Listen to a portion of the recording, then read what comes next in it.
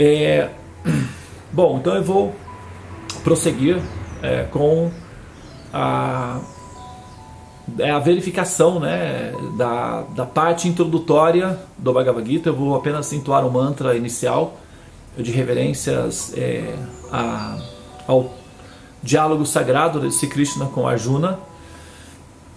Om Namo Bhagavate Vasudevaya. Om Namo Bhagavate Vasudevaya. Om Namo Bhagavate Vasudevaya. Narayana Namaskritya Naranchayva Narottamam Devi Sarasvati Vyasa Tathodayan Jiraye. Hare Krishna, Krishna Krishna, Hare Hare, Hare Rama, Rama Rama, Hare Hare. Muito bem, então nós estamos num momento em que o Arjuna, ele, né, diz para Krishna que não vai, né, lutar, que não vai se movimentar, e Krishna então dá um pequeno sorriso, né, para Arjuna.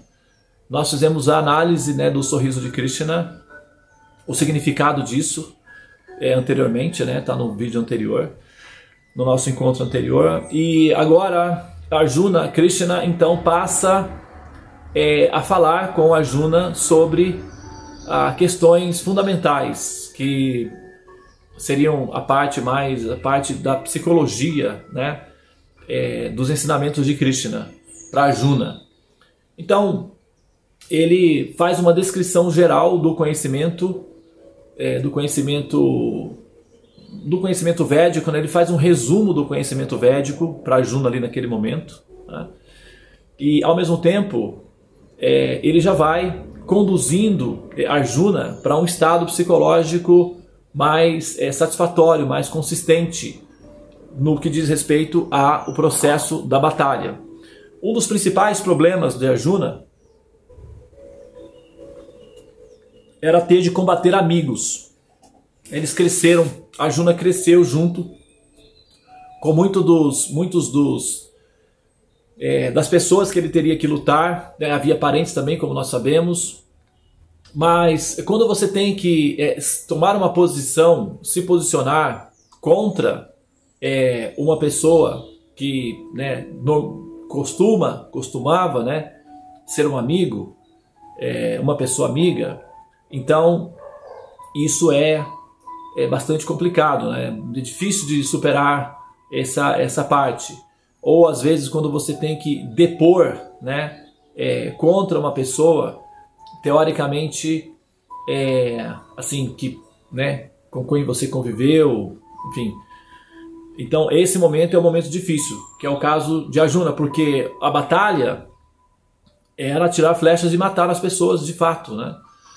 E agora, haviam algumas pessoas lá, né, como por exemplo... Então eu quero aproveitar esse momento para essa parte, né, da nossa observação, para fazer uma análise da situação das pessoas que... da situação das pessoas que assumiram a posição de estar contra Arjuna. Ok? De posicionar-se contra Arjuna. Porque não era apenas uma decisão, né, somente política, de você estar no exército contrário, que seria o exército que lutaria contra o exército montado por Arjuna, que era um exército de número relativamente menor, menos equipado, né, numa situação desfavorável, né, por exemplo. E havia um número bem maior, mais consistente, mais bem organizado, institucionalmente mais bem formado, da parte de Duryodhana, que era a pessoa que estava aí dirigindo, né, o ataque, a perseguição contra na verdade, os Pandavas. O Arjuna, ele é o protagonista do tema principal do Bhagavad Gita, do texto, né, da hora que vai se formar aí essa discussão em torno do conhecimento acerca do Gita. Porém, não era apenas Arjuna, eram 5 irmãos no total, filhos de uma rainha chamada Kunti, tá? Uma rainha chamada Kunti. Essa rainha, o que aconteceu? Ela tinha, quando ela era jovem, uma princesa no palácio, ela recebeu um sado, não é? Um grupo de sados, e no palácio vieram visitar um grupo de sados místicos, não é? Peregrinos, e eles se hospedaram no palácio. O rei os hospedou no palácio, né? Como sacerdotes que eles eram. Eles realizaram as funções sacerdotais no palácio, e a princesa Kunti se responsabilizou por organizar o almoço, né, o jantar, a alimentação desses sábios, desses sadhus, rishis. Eles ficaram, então, como consequência disso, muito satisfeitos com a atividade dela, com o comportamento dela, com o procedimento dela, e decidiram oferecer a ela, né, a princesa, filha do rei, uma bênção especial para que ela, então, ficasse satisfeita por ter prestado um serviço que eles ficaram satisfeitos. E ela então desejou que ela fosse abençoada com a capacidade de ter filhos divinos, ou filhos dos devas, né? Ela queria ter filhos, queria que os devas a abençoasse para que ela pudesse ter filhos da natureza divina, de natureza divina no sentido de devas, ou como se fossem semideuses, né? Ela era devotada a Vishnu, sempre foi uma devota do Senhor Supremo, mesmo na sua juventude, né, na sua tenridade. E ela então fez essa oração, esse pedido aos sábios, e os sábios concederam essa bênção para ela. Porém, a bênção saiu maior do que o esperado, né? Às vezes um sábio abençoa e a bênção sai maior do que a pessoa espera, né? E nesse caso foi um desses casos. A rainha Kunti, ela recebeu a bênção de que ela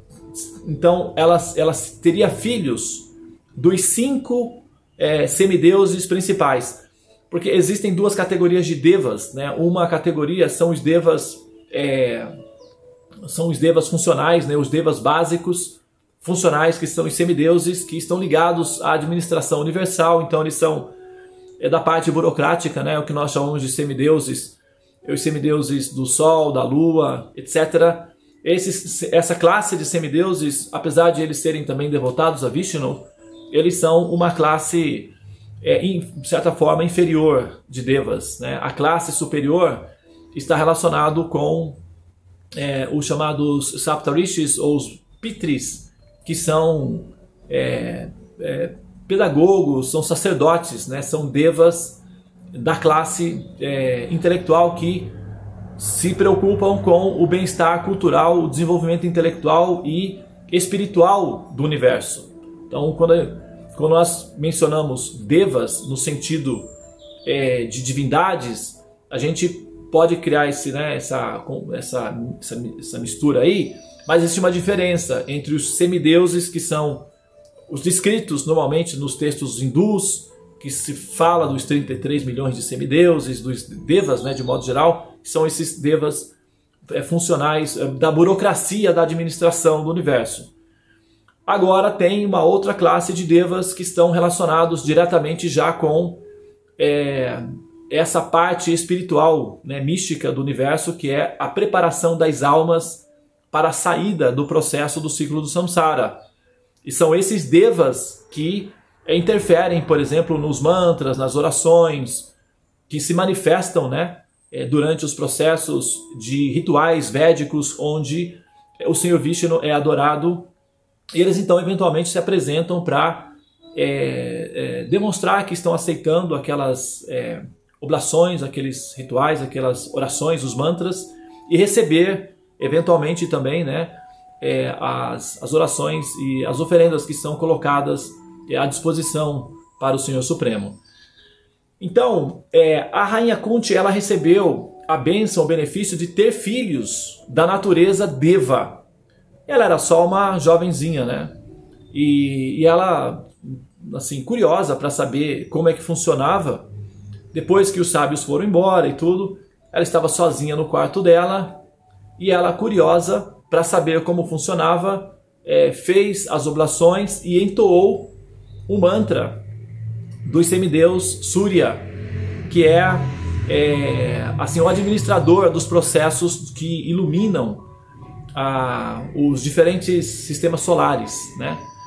E Suryadeva, ele então apareceu para ela, e como o mantra específico sugere que ela está pedindo filhos, então ele apareceu para ela, ofereceu bênçãos, e ela imediatamente engravidou, né, na mesma concepção de Jesus, né, com os anjos que fecundaram Maria através de prana, né? Então a rainha Kunti também, o primeiro filho dela foi numa concepção imaculada, semelhante à de Maria, de Jesus, né, através da divindade, né, que é o semideus Surya.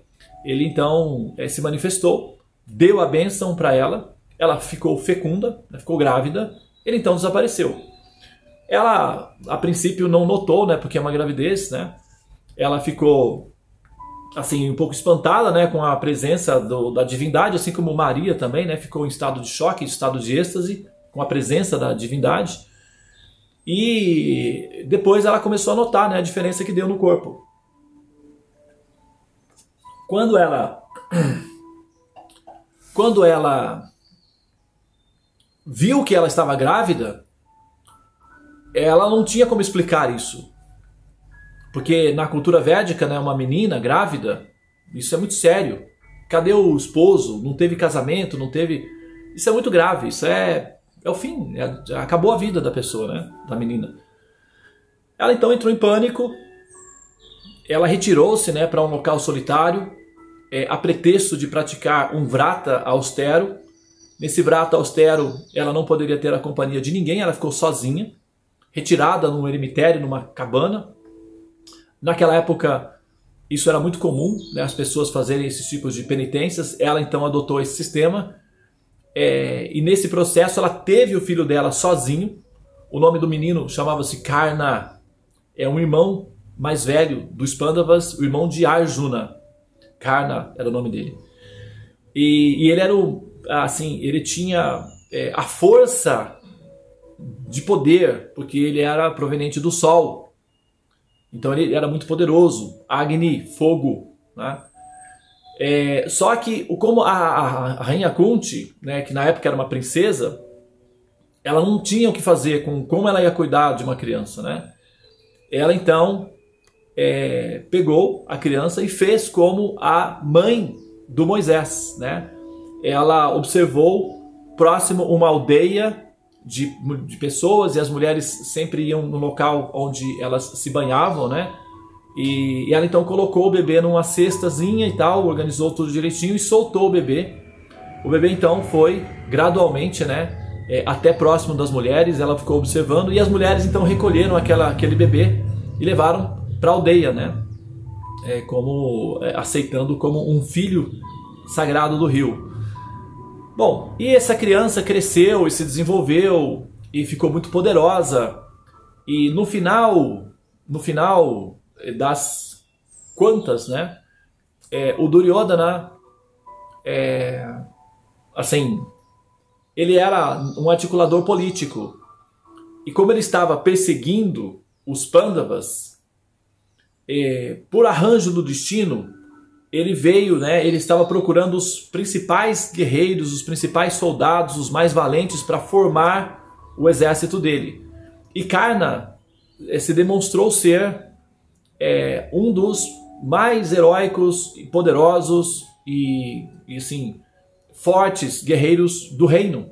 Então ele fez questão de convocar Karna para o exército dele.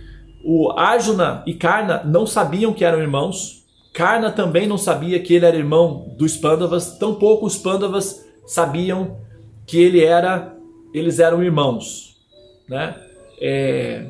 A única pessoa que a assim, tinha uma breve noção, uma desconfiança devido ao poder de Karna, era a rainha Kunti, não é?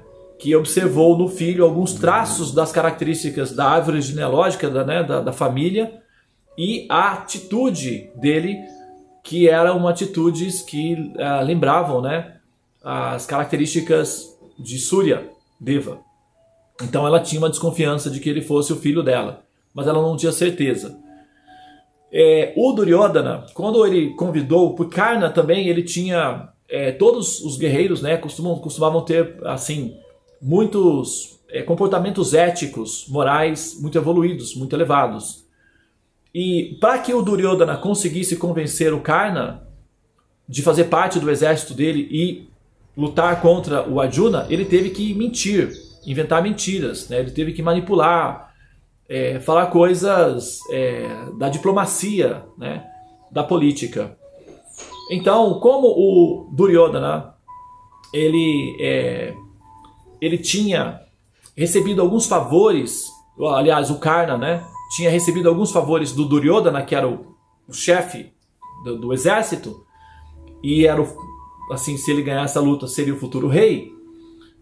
Então, o Karna, que era irmão de Arjuna, ficou do lado de Duryodhana, também influenciado pelas artimanhas inventadas por Duryodhana, falando contra os Pandavas, né? Falando mal dos Pandavas.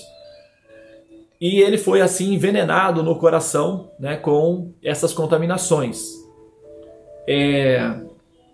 Bom, haviam outros também que estavam fazendo parte do exército de Duryodhana, que eram assim manipulados, né, pelas artimanhas da diplomacia, do jogo político, né, que envolve mentir, né, para poder desarticular, não é, a força daquele, né, a qual você está pretendendo enfim, derrotar. Então é isso. E o Arjuna, quando ele viu os soldados, então muitos daqueles soldados que estavam ali, muitas das motivações eram motivações das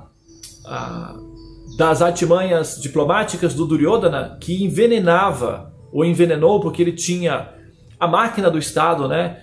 E ele tinha né, a seu favor o tempo disponível para fazer isso daí.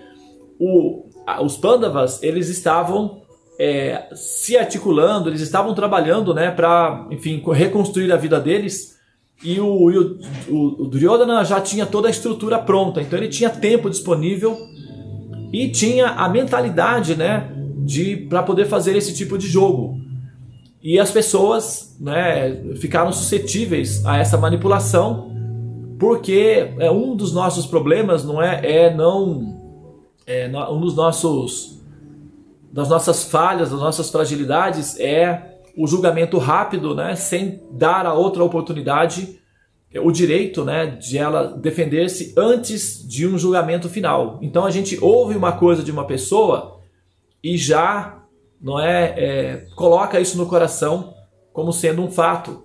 Isso é muito perigoso, porque essa é a nossa fraqueza, né? A gente precisa, por isso que o sistema de justiça é tão demorado, né? Porque precisa dar a chance da parte acusada de defesa. Então o juiz vai perguntar: você fez isso realmente? Você tem como provar que você não fez isso?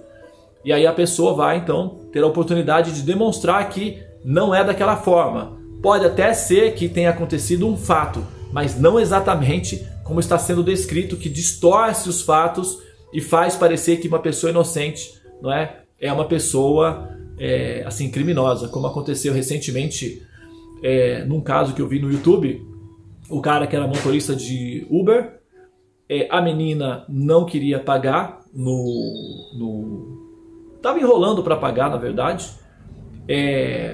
e aí passava o cartão, não dava e tal, a menina acho que não tinha dinheiro. O cara, né, ficou muito chateado porque queria receber, e teve uma discussão. A menina se irritou com o cara, saiu do carro, simulou um arranhão, se cortou, não sei o que ela fez lá, e foi à delegacia e denunciou, né, o cara por estupro.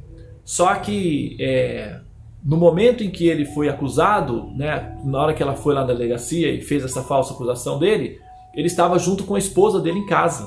Então foi a principal testemunha dele no caso, né?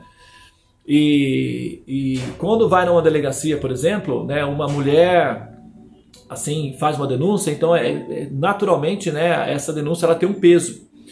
E a pessoa que é acusada precisa ter a chance de responder, porque às vezes acontecem manipulações. E nós somos vulneráveis a manipulações. Então a gente precisa ter, né, assim, essa honestidade de questionar a pessoa acusada, se de fato ela fez e quais as circunstâncias, né, que justificam aquela acusação. Porque senão a gente fica sendo manipulado pela malícia do mundo. E esse foi mais ou menos o que aconteceu com Karna.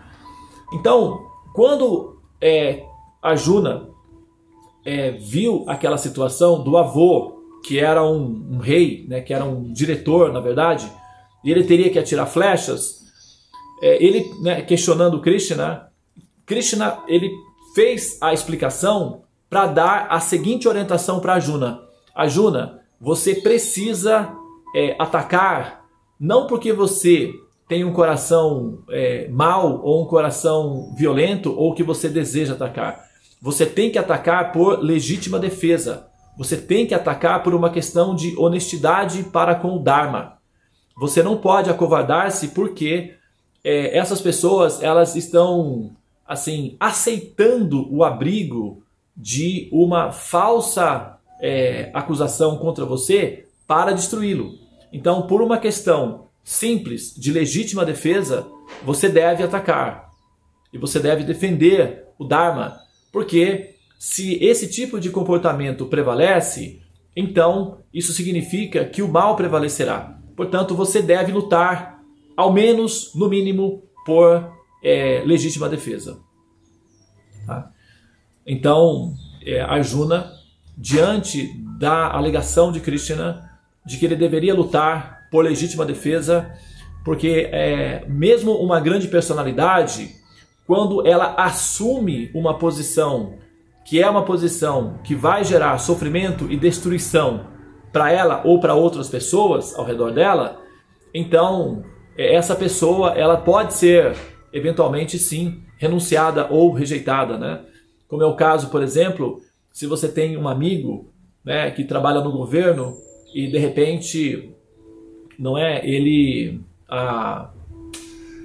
ele se envolve em corrupção, ou alguém que começa a traficar drogas, então você deve posicionar-se, né? Se você não se posicionar fisicamente, diretamente, ao menos essa posição deve ser do ponto de vista intelectual, do ponto de vista moral, né? E essa situação das pessoas que eram tidas, porque aqueles que leem o Bhagavad Gita ou que conhecem um pouco do Mahabharata, sabe, ou da história do conhecimento védico, por exemplo, sabe que o avô Bhishma, que era uma das personalidades que estava lá no campo de batalha, ele é conhecido como um Mahajana, um dos 12 Mahajanas, né? Foram eleitos dentro do contexto dos sábios importantes de relevância da história do conhecimento védico, 12 personalidades grandiosas. 12 personalidades grandiosas, ou tidas como adoráveis, dos quais uma delas era o avô Bhishma, um dos Mahajanas. Mahajana significa, um mestre capaz de ensinar o conhecimento védico. E mesmo o Bhishma, o avô Bhishma tendo, né, a posição de reconhecimento de ser o Mahajana, ainda assim, ele, por tomar uma posição contrária à justiça, por questões de diplomacia, e também porque, de certa forma, os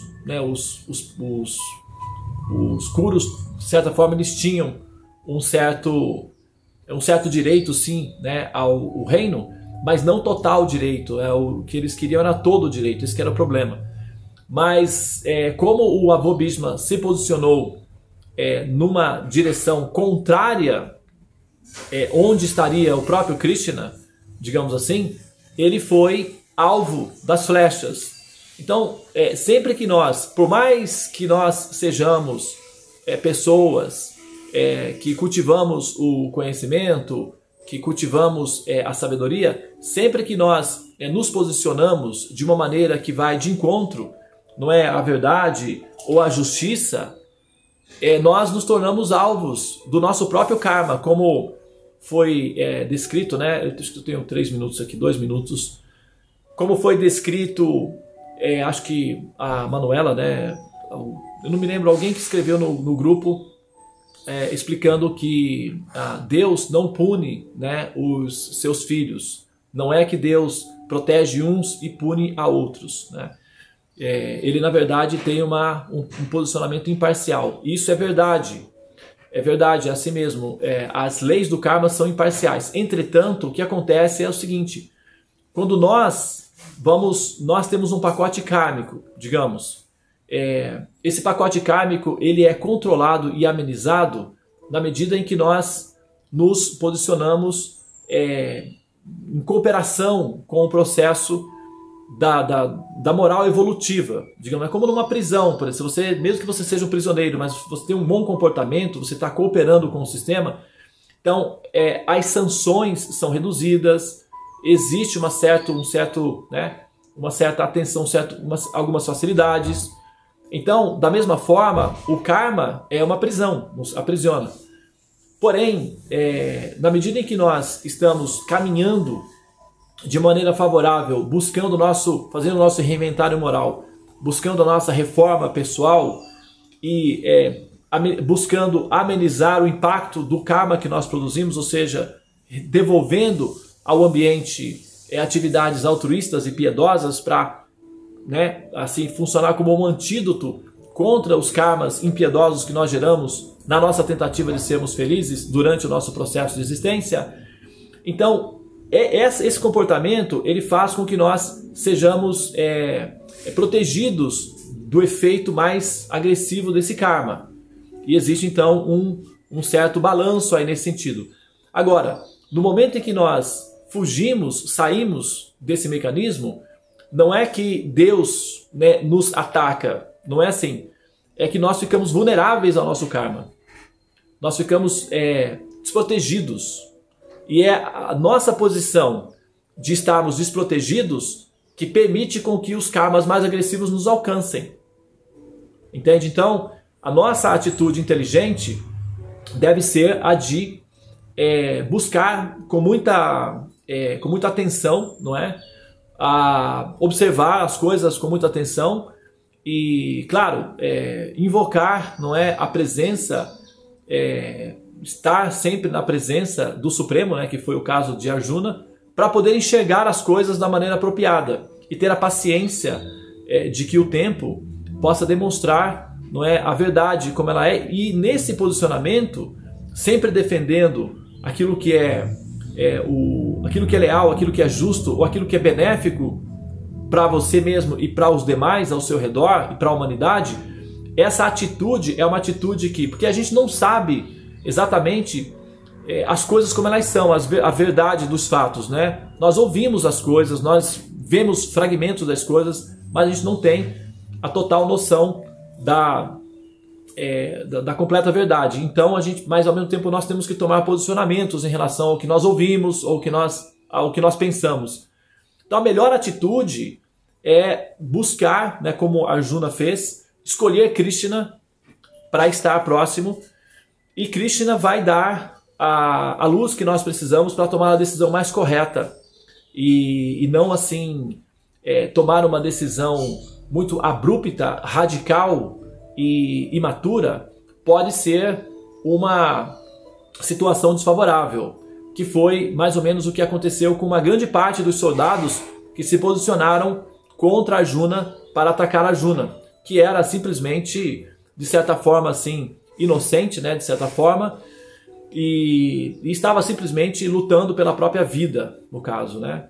Então a gente precisa observar essa situação ali, porque Krishna pessoalmente disse para Arjuna: você tem que atirar flechas contra aquelas pessoas. Mas aquelas pessoas, algumas delas, também eram devotos de Krishna.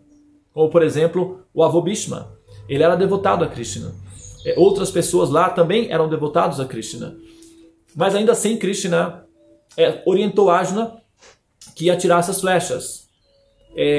Não porque Krishna queria que Arjuna fizesse mal às outras pessoas, mas é porque elas se posicionaram numa situação em que elas estariam cometendo pecados ou incrementando as atividades pecaminosas.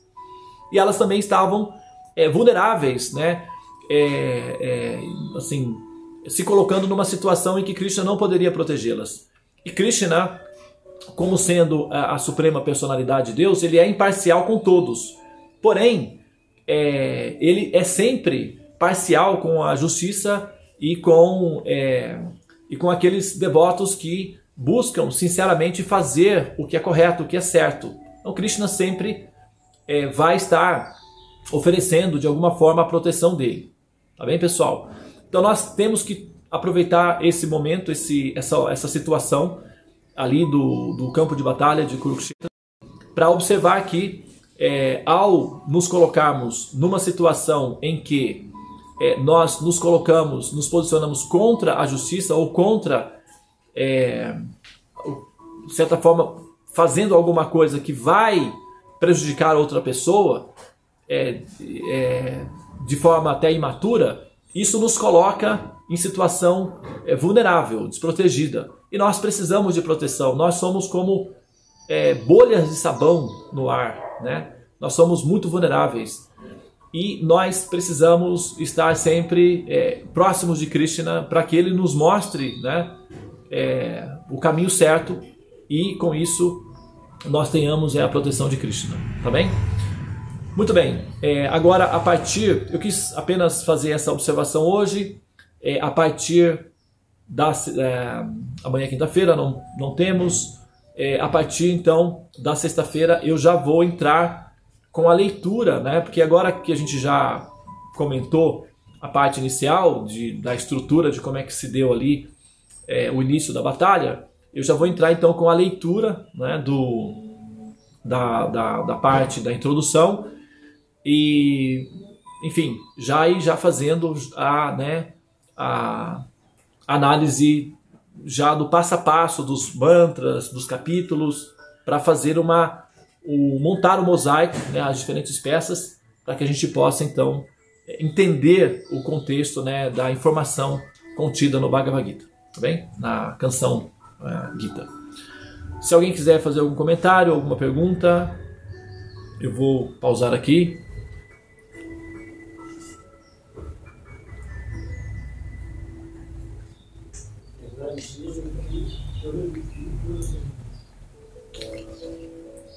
Muito bem. Não temos pergunta?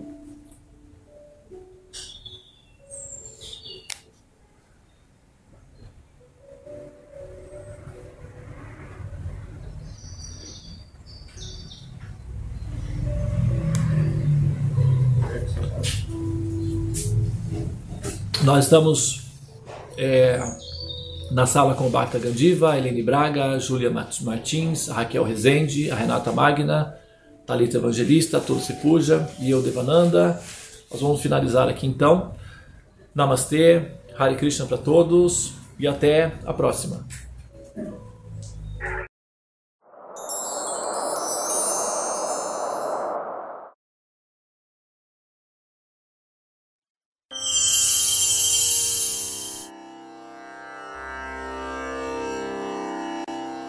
Hare Krishna, Hare Krishna, Krishna Krishna,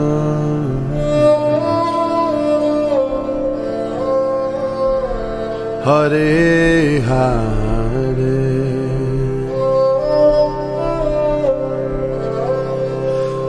Hare Rama,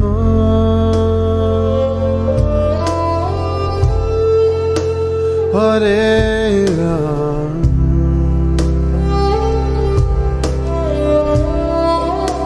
Rama Rama,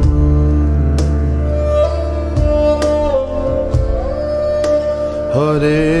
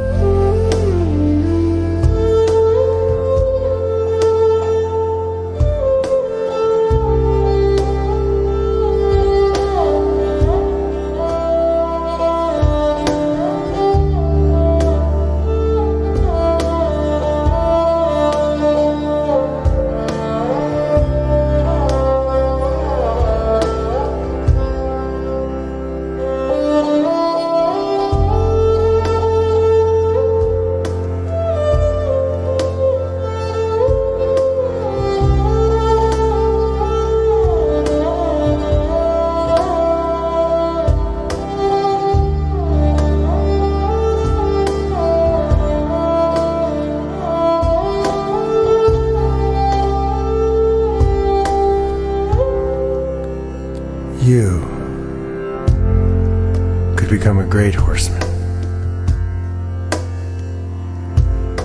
and help free yourself and this world. Though only if you in prayer become sweet lovers.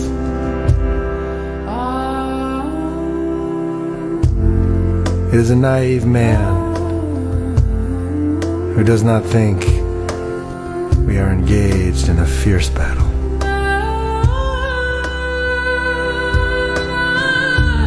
For I see and hear brave foot soldiers all around me going mad.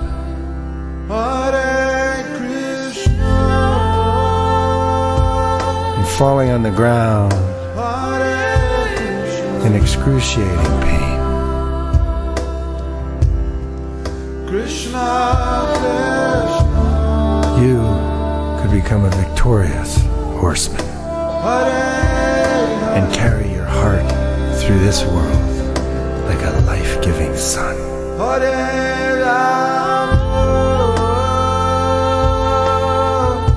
Though only if you and the Great Spirit become sweet lovers.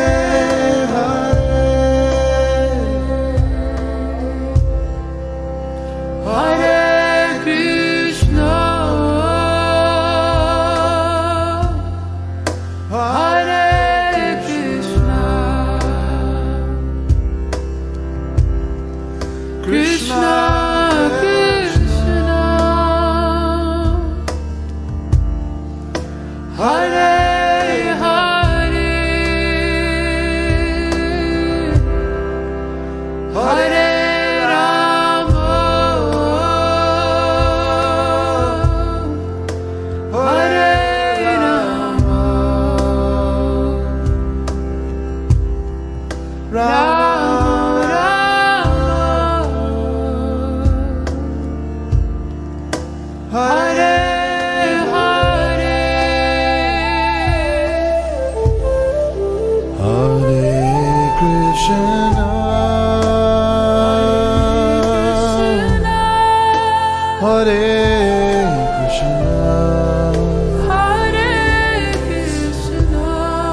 Krishna, Krishna,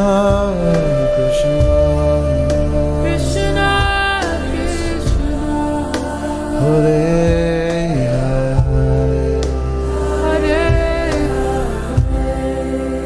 Hare Hare, Hare Rama, Hare Rama,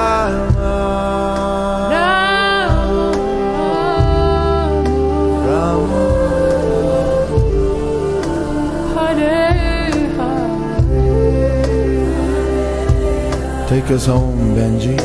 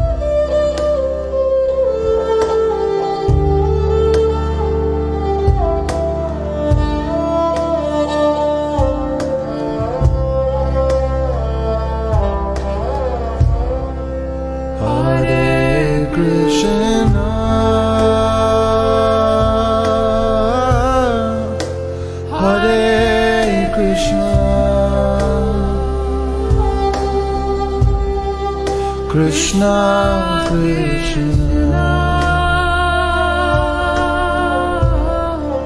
Hare Hare, Hare Rama, Hare Rama, Rama Rama, Hare